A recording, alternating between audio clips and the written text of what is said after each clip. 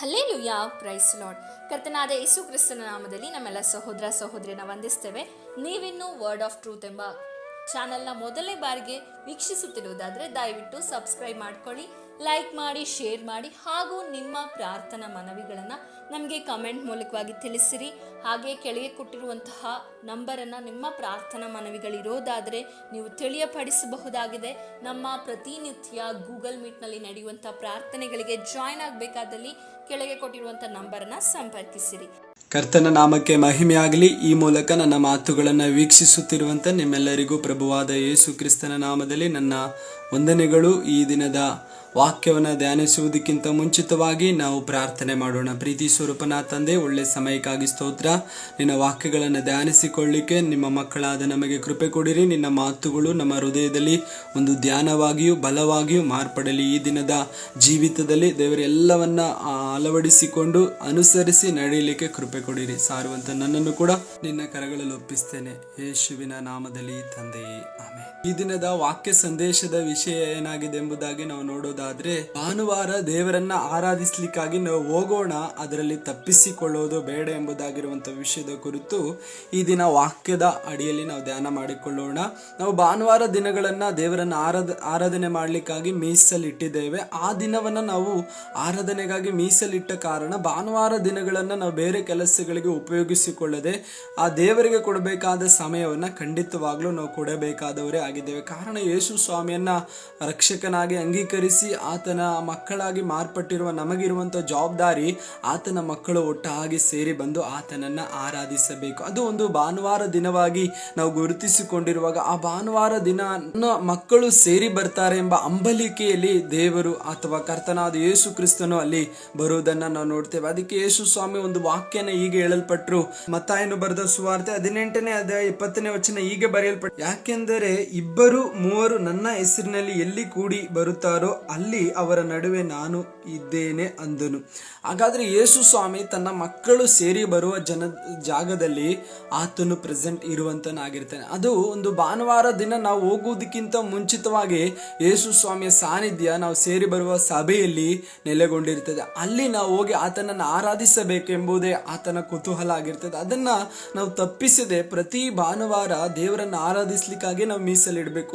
ಏನೇ ಕಾರಣಗಳು ಅದಕ್ಕೆ ನಮಗೆ ಸಿಕ್ಕಬಹುದು, ಆದರೂ ಕೂಡ ಆರಾಧನೆಯನ್ನು ನಾವು ತಪ್ಪಿಸಿಕೊಳ್ಳದೆ ಹೋಗಿ ಮಾಡುವವರಾಗಿರಬೇಕು. ಅದರ ಕುರಿತು ದೇವರ ವಾಕ್ಯ ನಮಗೆ ಏನು ಹೇಳುತ್ತದೆ ಎಂಬುದಾಗಿರುವಂಥ ವಿಷಯದ ಕುರಿತು ನಾವು ಸ್ವಲ್ಪ ಸಮಯ ಧ್ಯಾನ ಮಾಡಿಕೊಳ್ಳೋಣ. ಅದಕ್ಕೆ ಆಧಾರಿತವಾಗಿ ಒಂದು ವಾಕ್ಯವನ್ನು ಓದಿಕೊಳ್ಳೋಣ. ಇಬ್ರಿಯರಿಗೆ ಬರೆದ ಪತ್ರಿಕೆ ಅದರ 10ನೇ ಅಧ್ಯಾಯ 25ನೇ ವಚನ ಹೀಗೆ ಬರೆಯಲ್ಪಟ್ಟಿದೆ, ಸಭೆಯಾಗಿ ಕೂಡಿಕೊಳ್ಳುವುದನ್ನು ಕೆಲವರು ರೂಢಿಯಾಗಿ ಬಿಟ್ಟಿರುವ ಪ್ರಕಾರ ನಾವು ಬಿಟ್ಟು ಬಿಡದೆ ಒಬ್ಬರನ್ನೊಬ್ಬರು ಎಚ್ಚರಿಸೋಣ ಎಂಬುದಾಗಿ ಇಬ್ರಿಯ ಬರಹಗಾರನು ಬರೆದಿರುವುದನ್ನು ನಾವು ನೋಡ್ತೇವೆ. ಅನೇಕರು ಸಭೆಯಾಗಿ ಸೇರಿ ಬರುವುದನ್ನು ಬಿಟ್ಬಿಟ್ಟಿದ್ದಾರೆ.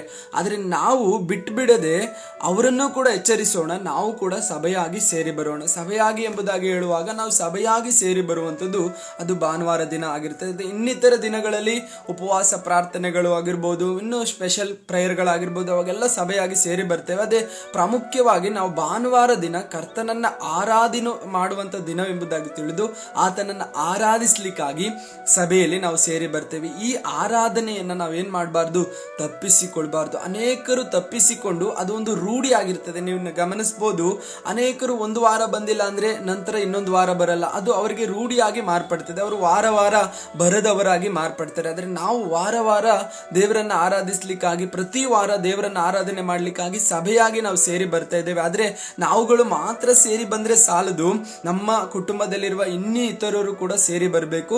ನಮ್ಮೊಂದಿಗೆ ರಕ್ಷಣೆಗೆ ಬಂದಿರೋರು ಕೂಡ ಸೇರಿ ಬರಬೇಕು. ಅವರನ್ನ ನಾವು ಎಚ್ಚರಿಸಬೇಕು. ಅದು ನಮಗೆ ಕೊಟ್ಟಿರುವ ಒಂದು ಜವಾಬ್ದಾರಿ ಆಗಿರ್ತದೆ. ಅದಕ್ಕೆ ಅನೇಕರು ಬಿಟ್ಟು ಬಿಟ್ಟಿದ್ದಾರೆ. ಆದರೆ ನಾವು ಸೇರಿ ಬಂದು ನಾವು ಬಿಟ್ಟು ಬಿಡದೆ ಮತ್ತೆ ಸೇರಿ ಬರದೇ ಇರುವವರನ್ನ ಎಚ್ಚರಿಸೋಣ. ಹಾಗಾದ್ರೆ ಸಭೆಯಾಗಿ ಸೇರಿ ಬರುವುದನ್ನು ಅನೇಕರು ನಿಮಗೆ ಗೊತ್ತಿರೋರು ಬಿಟ್ಟು ಬಿಟ್ಟಿರುವುದಾದ್ರೆ ಅವರನ್ನ ಎಚ್ಚರಿಸೋಣ. ಸಭೆಯಾಗಿ ಸೇರಿ ಬರುವಂಥದ್ದು ಅದು ದೇವರ ಆಸೆಯಾಗಿದೆ, ದೇವರ ಒಂದು ಬಯಕೆ ಆಗಿದೆ. ದೇವರನ್ನ ಆರಾಧಿಸ್ಲಿಕ್ಕಾಗಿ ದೇವರು ನಮಗಿಂತ ಮುಂಚಿತವಾಗಿ ಇಲ್ಲಿ ಬಂದಿರ್ತಾರೆ. ಆತನನ್ನು ಆರಾಧಿಸುವ ಮಕ್ಕಳು ಅಲ್ಲಿ ಸೇರಿ ಬರ್ತಾರೆ ಎಂಬುದಾಗಿ. ಅದರಿಂದ ನಾವು ತಪ್ಪಿಸಿಕೊಂಡ್ರೆ ನಮ್ಮ ದೇವರಿಗೆ ದುಃಖಕರವಾದ ವಿಷಯವಾಗಿರ್ತದೆ. ಅಲ್ಲಿರುವ ಪಾಸ್ಟರ್ಗಿಂತಲೂ ದೇವರು ನಮ್ಮ ಕುರಿತು ಹಂಬಲಿಸ್ತಾ ಇರ್ತಾನೆ. ನನ್ನ ಮಕ್ಕಳು ನನ್ನನ್ನು ಆರಾಧಿಸಲಿಕ್ಕೆ ಬರ್ತಾರೆ ಎಂಬುದಾಗಿ. ಅದನ್ನು ನಾವು ಮಿಸ್ ಮಾಡಿಕೊಳ್ಳುವಾಗ ಅಥವಾ ಅದನ್ನು ತಪ್ಪಿಸಿಕೊಳ್ಳುವಾಗ ನಮ್ಮ ವಿಷಯದಲ್ಲಿ ದೇವರು ಏನು ಅನ್ಕೊಳ್ತಾರೆ ಎಂಬ ಚಿಂತೆ ನಮಗೆ ಬರಬೇಕು. ಪ್ರತಿ ಭಾನುವಾರ ಏನೇ ಕೆಲಸ ಇರ್ಬೋದು, ಏನೇ ನಮಗೆ ವಿಷಯಗಳಿರ್ಬೋದು, ಏನೆಲ್ಲ ಕಾರ್ಯಗಳಿರ್ಬೋದು, ಆದರೆ ನಾನು ಆರಾಧನೆ ಮಾಡುವ ದಿನದಲ್ಲಿ ಬೇರೆ ಯಾವ ಕೆಲಸಕ್ಕೂ ಹೋಗಲ್ಲ, ಬೇರೆ ಯಾವ ವಿಷಯಗಳಿಗೂ ಹೋಗಲ್ಲ. ನಾನು ಆರಾಧನೆ ಮಾಡಲಿಕ್ಕೆ ಮಾತ್ರ ಭಾನುವಾರ ಮೀಸಲಾಗಿಟ್ಟಿದ್ದೇನೆ. ಅದು ಮೀಸಲಾಗಿಟ್ಟಿರುವ ಸಮಯದಲ್ಲಿ ನಾನು ಆರಾಧನೆ ಮಾತ್ರ ಮಾಡ್ತೇನೆ ಎಂಬುದಾಗಿ ನಾವೊಂದು ತೀರ್ಮಾನ ಮಾಡಿಕೊಳ್ಬೇಕು, ಹೃದಯದಲ್ಲಿ ನಿಶ್ಚಯ ಮಾಡಿಕೊಳ್ಬೇಕು. ಭಾನುವಾರ ದಿನ ದೇವರನ್ನು ಆರಾಧಿಸುವಂತ ದಿನ. ಅದರ ಮಧ್ಯದಲ್ಲಿ ಬೇರೆ ಯಾವ ಕೆಲಸಕ್ಕೂ ನಾನು ಇಂಜೋರ್ಡ್ ಆಗಲ್ಲ, ಯಾವ ಕೆಲಸಕ್ಕೂ ನಾನು ಹೋಗಲ್ಲ ಎಂಬುದಾಗಿ ತೀರ್ಮಾನ ಮಾಡಿಕೊಳ್ಳೋದಾದ್ರೆ ಖಂಡಿತವಾಗ್ಲೂ ಭಾನುವಾರ ದಿನಗಳಲ್ಲಿ ನಾವು ಆರಾಧನೆಗೆ ಮಿಸ್ ಮಾಡದೆ ಹೋಗ್ಲಿಕ್ಕೆ ಸಾಧ್ಯವಾಗ್ತದೆ. ಹಾಗಾದ್ರೆ ಭಾನುವಾರ ದಿನಗಳಲ್ಲಿ ನಾವು ಆರಾಧನೆಗೆ ಹೋಗುವಾಗ ನಮಗೆ ಸಿಕ್ಕೋ ಪ್ರತಿಫಲ ಏನಾಗಿರ್ತದೆ? ದಾವೀದನು ಕೀರ್ತನೆಯಲ್ಲಿ ಹೇಳ್ತೇನೆ, ಲೋಕದಲ್ಲಿ ನಾನು ಎಷ್ಟೇ ದಿನಗಳು ಕಳೆದ್ರೂ ಕೂಡ ಅದರಲ್ಲಿ ನನಗೆ ಒಂದು ಸಂತೋಷವಿಲ್ಲ. ನನಗೆ ಸಿಕ್ಕುವ ಸಂತೋಷ ನನ್ನ ದೇವರ ಸನ್ನಿಧಿಯಲ್ಲಿ ಸೇರಿ ಬರುವಾಗ. ಅವಾಗಿರುವ ಸಂತೋಷವನ್ನ ನಾನು ಕಳಕೊಳ್ಳಬಾರದು ಎಂಬುದಾಗಿರುವಂತಹ ಕುತೂಹಲ ನಮಗಿರುವುದಾದ್ರೆ ಖಂಡಿತವಾಗ್ಲೂ ಭಾನುವಾರ ನಾವೇನ್ ಮಾಡಲ್ಲ, ಮಿಸ್ ಮಾಡಲ್ಲ. ಭಾನುವಾರ ದಿನ ಆರಾಧನೆಗೆ ಮಾತ್ರ ಮೀಸಲಾಗಿರ್ತೇವೆ. ಎಲ್ಲೇ ಇದ್ರೂ ಪರವಾಗಿಲ್ಲ, ಯಾವ ಸ್ಥಳದಲ್ಲಿ ಹೋಗಿದ್ರೂ ಪರವಾಗಿಲ್ಲ, ಆರಾಧನೆ ಮಾಡುವಂತ ದಿನವನ್ನ ಬೇರೆ ಕೆಲಸಗಳಿಗೆ ನಾನು ಉಪಯೋಗಿಸಿಕೊಳ್ಳಲ್ಲ. ಅದರಿಂದ ಎಷ್ಟೇ ಲಾಭ ಸಿಕ್ಕಿದ್ರು, ಎಷ್ಟೇ ನನಗೆ ಆ ಮಹಿಮೆ, ಆ ಹೆಸರು, ಗೌರವ, ಘನತೆ ಸಿಕ್ಕಿದ್ರು ನಾನು ಕೊಡಬೇಕಾದದ್ದು ಗೌರವ ಘನತೆ ನನ್ನ ದೇವರಿಗೆ. ಅದರಿಂದ ನನ್ನ ದೇವರಿಗೆ ಕೊಡಬೇಕಾದ ಗೌರವ ಘನತೆಯ ಆ ದಿನದಲ್ಲಿ ನಾನು ಎಂದಿಗೂ ಬೇರೆ ವಿಷಯದಲ್ಲಿ ಹೋಗಲ್ಲ ಎಂಬುದಾಗಿ ನಾವು ತೀರ್ಮಾನ ಮಾಡಿಕೊಂಡು ಭಾನುವಾರ ದಿನವನ್ನ ಆರಾಧನೆಗಾಗಿ ನಮ್ಮ ಜೀವಿತದಲ್ಲಿ ನಾವು ಮೀಸಲಾಗಿ ಇಡೋಣ. ಅದು ನಮ್ಮ ಜೀವಿತದಲ್ಲಿ ಒಂದು ಆಶೀರ್ವಾದವಾಗಿ ಮಾರ್ಪಡ್ತದೆ. ಕಾರಣ ತನ್ನ ಸನ್ನಿಧಿಯಲ್ಲಿ ಸೇರಿ ಬರುವವರಿಗೆ ಏನಿದೆ? ಪರಿಪೂರ್ಣವಾದ ಸಂತೋಷವಿದೆ ಎಂಬುದಾಗಿ ಕೀರ್ತನೆಗಾರನು ಹೇಳ್ತಾನೆ. ಹಾಗಾದ್ರೆ ಲೋಕದಲ್ಲಿ ನಾವು ಏನೆಲ್ಲ ಮಾಡಿದ್ರು ನಮಗೆ ಸಿಕ್ಕದೇ ಇರುವಂತ ಸಂತೋಷ, ಹಣಕಾಸಿನಲ್ಲಿ, ಐಶ್ವರ್ಯದಲ್ಲಿ, ನಮ್ಮ ಅನುಕೂಲತೆಗಳಲ್ಲಿ, ನಮಗಿರುವ ಸಂಪತ್ತಿನಲ್ಲಿ ಸಿಕ್ಕದೇ ಇರುವ ಸಂತೋಷ ಯೇಸು ಸ್ವಾಮಿಯನ್ನ ಆರಾಧಿಸಲಿಕ್ಕೆ ಸಭೆಯಾಗಿ ಸೇರಿ ಬರುವಾಗ ನಮಗೆ ಅಲ್ಲಿ ಸಿಗ್ತದೆ. ಅದರಿಂದ ಅದನ್ನ ಬಿಟ್ಟು, ಆ ಸಂತೋಷವನ್ನು ಬಿಟ್ಟು, ಸ್ವಲ್ಪ ಸಮಯ ಸಿಕ್ಕುವ ಸಂತೋಷಕ್ಕಾಗಿ ನಾವೇನ್ ಮಾಡಬಾರ್ದು? ಅದನ್ನ ಬಿಟ್ಟು ಬಿಡಬಾರ್ದು. ನಮಗೆ ತಿಳಿದಿರುವಂತ ಅನೇಕರು 1 ವಾರ ಬರದೆ, 2 ವಾರ ಬರದೆ, 3 ವಾರ ಬರದೆ ಸಭೆಯಾಗಿ ಬರೋದನ್ನ, ಸಭೆಗೆ ಸೇರಿ ಬರೋದನ್ನ ಬಿಟ್ಟು ಬಿಟ್ಟಿದ್ದಾರೆ. ಅವರನ್ನ ನಾವು ಬಿಟ್ಟು ಬಿಡೋದು ಬೇಡ, ಅವ್ರ ಹತ್ರ ಹೋಗಿ ಎಚ್ಚರಿಸೋಣ. ಯಾಕೆ ಸಭೆಗೆ ಬರ್ತಾ ಇಲ್ಲ, ಏನು ಕಾರಣ, ಯಾಕೆ ನೀವು ಬರ್ಲಿಕ್ಕೆ ಆಗ್ತಾ ಇಲ್ಲ ಎಂಬುದಾಗಿ ಅಂತ ವಿಚಾರಿಸಿ ಅವರನ್ನು ಕೂಡ ಎಂಕರೇಜ್ ಮಾಡೋಣ, ಒಬ್ಬರಿಗೊಬ್ಬರು ಎಚ್ಚರಿಸಿಕೊಳ್ಳೋಣ. ಅದೇ ವಾಕ್ಯದಲ್ಲಿ ನಾವು ಈಗಾಗಲೇ ಓದಿದ್ದು, ಅನೇಕರು ಬಿಟ್ಬಿಟ್ಟಿದ್ದಾರೆ. ಅವರನ್ನ ನಾವು ಬಿಟ್ಬಿಡೋದು ಬೇಡ, ಅವ್ರ ಹತ್ರ ಹೋಗಿ ಎಚ್ಚರಿಸೋಣ. ನಾವು ಕೂಡ ಬಿಟ್ಟು ಬಿಡದೆ ಅದನ್ನು ಹಿಂಬಾಲಿಸೋಣ. ಅಂದ್ರೆ ಪ್ರತಿ ಭಾನುವಾರ ಕರ್ತನನ್ನು ಆರಾಧಿಸುವ ಮೀಸಲಾಗಿರುವ ದಿನ ಎಂಬುದಾಗಿ ತಿಳಿದು ಬಿಟ್ಟು ಬಿಡದೆ ನಾವು ಆರಾಧಿಸೋಣ. ನಿಮಗೆ ಗೊತ್ತಿರುವ ಪ್ರತಿಯೊಬ್ಬರಿಗೂ ಈ ವಾಕ್ಯವನ್ನ ಕಳಿಸಿಕೊಡಿ. ಈ ವಾಕ್ಯ ಅವರು ಕೇಳಿ ಮನಸ್ಸಾಂತರ ಹೊಂದಿಕೊಳ್ಳಲಿ. ಭಾನುವಾರ ದಿನ ಬೇರೆ ಯಾವ ಕೆಲಸಕ್ಕೂ ಹೋಗಬಾರದು. ಯಾವ ಕೆಲಸ ಸಿಕ್ಕಿದ್ರು ಕೂಡ ಭಾನುವಾರ ದಿನ ನಾವು ಮಿಸ್ ಮಾಡ್ಕೊಳ್ಳದೆ ದೇವರನ್ನು ಆರಾಧಿಸಬೇಕು. ಕುಟುಂಬವಾಗಿ ಹೋಗ್ಬೇಕು. ಕುಟುಂಬದಲ್ಲಿ 4 ಅಥವಾ 5 ಜನ ಇರೋದಾದ್ರೆ ಒಬ್ಬರಿಗೆ ಒಂದು ಕೆಲಸ ಇದೆ ಎಂಬುದಾಗಿ ಮಿಸ್ ಮಾಡ್ಕೊಳ್ಳೋದು ಬೇಡ. ಕುಟುಂಬವಾಗಿ ಆರಾಧನೆಗೆ ಹೋಗುವಂಥದ್ದು ಅದು ಒಂದು ಸಂತೋಷ. ಕುಟುಂಬವಾಗಿ ನೀವು ರಕ್ಷಣೆಗೆ ಬಂದಿರುವುದಾದ್ರೆ ಒಬ್ಬರು ತಪ್ಪಿಸಿಕೊಳ್ಳದೆ, ಒಬ್ಬರು ಆರಾಧನೆಗೆ ಹೋಗುವುದನ್ನು ಬಿಟ್ಟು ಬಿಡದೆ ಕುಟುಂಬವಾಗಿ ಹೋಗುವಾಗ ಅದರಲ್ಲಿ ಒಂದು ಸಂತೋಷ, ಒಂದು ಆಶೀರ್ವಾದವಾಗಿರ್ತದೆ. ಹಾಗಾದ್ರೆ ಈ ದಿನಗಳಲ್ಲಿ ಯಾರೆಲ್ಲ ನಿಮ್ಮ ಕುಟುಂಬದಲ್ಲಿ, ನಿಮ್ಮ ಜೊತೆಯಲ್ಲಿ, ನಿಮ್ಮ ಗ್ರಾಮದಲ್ಲಿ ಆರಾಧನೆಗೆ ತಪ್ಪಿಸಿಕೊಳ್ತಾ ಇದ್ದಾರೋ, ಆರಾಧನೆಯನ್ನ ಬಿಟ್ಟು ಬಿಟ್ಟಿದ್ದಾರೋ ಅವ್ರಿಗೆಲ್ಲ ಈ ವಾಕ್ಯನ ಕಳಿಸಿಕೊಡಿ. ಅವರೆಲ್ಲ ಕೇಳಿ ಎಚ್ಚೆತ್ತುಕೊಳ್ಳಲಿ. ಅವರೆಲ್ಲ ಮತ್ತೆ ತಿರುಗಿ ಆರಾಧನೆಯನ್ನ ಮಿಸ್ ಮಾಡದೆ, ತಪ್ಪಿಸಿಕೊಳ್ಳದೆ ಆರಾಧನೆಗೆ ಹೋಗುವವರಾಗಿ ಮಾರ್ಪಡಲಿ. ಈ ವಾಕ್ಯದ ಮೂಲಕ ದೇವರು ಅವರನ್ನ ಮುಟ್ಟಲಿ, ಅವರ ಹೃದಯವನ್ನ ಮಾರ್ಪಡಿಸಲಿ, ಅವರ ಹೃದಯದಲ್ಲಿ ಒಂದು ಬದಲಾವಣೆ ತರಲಿ. ದೇವರ ಸಾನ್ನಿಧ್ಯದಿಂದ ಅಗಲಿಸುವಂತ ಯಾವ ಕೆಲಸ, ಯಾವ ಹಣ, ಯಾವ ಸಂಪಾದನೆ ನನಗೆ ಬೇಡ ಎಂಬುದಾಗಿ ತೀರ್ಮಾನ ಮಾಡಿಕೊಂಡು ಪ್ರತಿ ಭಾನುವಾರ ತಪ್ಪಿಸದೆ ಸಭೆಯಲ್ಲಿ ಹೋಗ್ಲಿಕ್ಕೆ ದೇವರು ಅವರ ಹೃದಯದಲ್ಲಿ ಕಾರ್ಯ ಮಾಡುವಂತವನಾಗಿದ್ದಾನೆ. ಹಾಗಾದ್ರೆ ನೀವು ದೃಢ ನಿಶ್ಚಯವನ್ನು ಹೊಂದಿಕೊಳ್ಳಿ. ಭಾನುವಾರ ದಿನದಲ್ಲಿ ಏನೇ ಕೆಲಸ, ಏನೇ ವಿಷಯಗಳು ಬಂದರೂ ಕೂಡ ನಾನಂತೂ ಆರಾಧನೆಯನ್ನ ಮಿಸ್ ಮಾಡೋದಿಲ್ಲ. ಮದುವೆಗಳು ನಡೆದ್ರು, ಒಳ್ಳೆಯ ವಿಶೇಷವಾದ ಫಂಕ್ಷನ್ಗಳು ನಡೆದ್ರು ಕೂಡ ನಾನಂತೂ ಆರಾಧನೆ ಮಾಡ್ಲಿಕ್ಕೆ ಹೋಗ್ತೀನಿ. ಏನೆಲ್ಲ ವಿಷಯಗಳು ನನಗೆ ತಡೆಯಾಗಿ ಬಂದ್ರು, ಅನೇಕರಿಗೆ ಅನೇಕ ಕಾರಣಗಳು ಸಿಗ್ಬೋದು. ಅವತ್ತೇ ನೀರು ಬಿಟ್ರು ಎಂಬುದಾಗಿ ಅನೇಕರು ಕಾರಣ ಹೇಳ್ತಾರೆ. ಅವತ್ತೇ ನನ್ನ ಸ್ನೇಹಿತನ ಮದುವೆ ಇತ್ತು, ಇಲ್ಲ ನನ್ನ ಸಂಬಂಧಿಕರಲ್ಲಿ ಇಂಪಾರ್ಟೆಂಟ್ ಆದ ಮದುವೆ ಅವತ್ತೇ ಇತ್ತು, ಅವತ್ತು ಹೋಗದೆ ಹೋದ್ರೆ ನನ್ನನ್ನು ಬೇರೆ ವಿಷಯದಲ್ಲಿ ಅವರು ಇನ್ವಾಲ್ವ್ ಮಾಡೋದೇ ಇಲ್ಲ, ಅವ್ರು ಸೇರಿಸ್ಕೊಳ್ಳೋದೇ ಇಲ್ಲ ಎಂಬುದಾಗಿ ನಾನಾ ಕಾರಣಗಳು ಬರ್ತದೆ. ಅವತ್ತು ಹೋದ್ರೆ ನನ್ನ ಕೆಲಸನೇ ಸಿಕ್ಕಲ್ಲ, ಅವತ್ತು ಮಾತ್ರನೇ ನನ್ನ ಕೆಲಸ ಇರೋದು ಎಂಬುದು.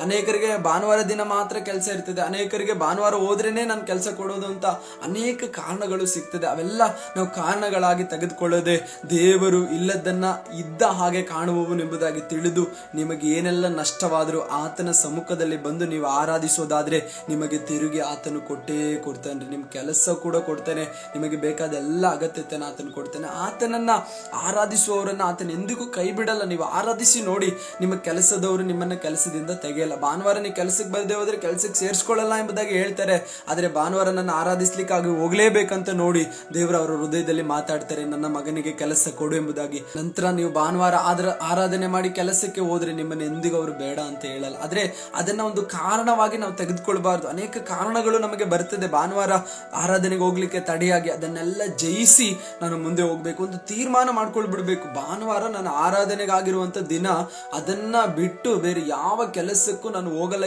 ಏನೆಲ್ಲ ಆದ್ರೂ ಪರವಾಗಿಲ್ಲ ನಾನು ಹೋಗಲ್ಲ ಎಂಬ ತೀರ್ಮಾನ ನೀವು ಮಾಡಿಕೊಂಡ್ರೆ ಖಂಡಿತವಾಗ್ಲೂ ದೇವರನ್ನ ಆರಾಧಿಸಬೇಕಾದ ದಿನದಲ್ಲಿ ದೇವರನ್ನ ಮಾತ್ರ ನಾವು ಆರಾಧಿಸಿ ದೇವರನ್ನ ಸಂತೋಷವಾಗಿ ಸೇವಿಸಿ ಆತನನ್ನ ಮಹಿಮೆ ಪಡಿಸಲಿಕ್ಕೆ ಸಾಧ್ಯವಾಗ್ತದೆ. ಹಾಗಾದ್ರೆ ಆರಾಧನೆಗೆ ಹೋಗುವುದನ್ನ ಮಿಸ್ ಮಾಡಿಕೊಳ್ಳದೆ, ಬಿಟ್ಟು ಬಿಡದೆ ಹೋಗೋಣ, ತಪ್ಪಿಸಿಕೊಳ್ಳದೆ ಹೋಗೋಣ. ದೇವರು ಅದರ ಮೂಲಕ ನಿಮ್ಮನ್ನು ಆಶೀರ್ವದಿಸ್ತೇನೆ. ಅದರಲ್ಲಿ ನಿಮಗೆ ಒಂದು ಸಂತೋಷವನ್ನ ಕೊಡ್ತೇನೆ, ಒಂದು ಸಮಾಧಾನವನ್ನ ಕೊಡ್ತೇನೆ. ಲೋಕದಲ್ಲಿ ಸಿಕ್ಕದೇ ಇರುವಂತಹ ಒಂದು ಸಂತೋಷ ಸಮಾಧಾನವನ್ನ ದೇವರ ಸನ್ನಿಧಿಯಲ್ಲಿ ದೇವರನ್ನ ಆರಾಧಿಸುವಾಗ ನೀವು ಹೊಂದಿಕೊಳ್ಳಬಹುದು. God bless you. ದೇವರು ನಿಮ್ಮನ್ನ ಆಶೀರ್ವದಿಸಲಿ.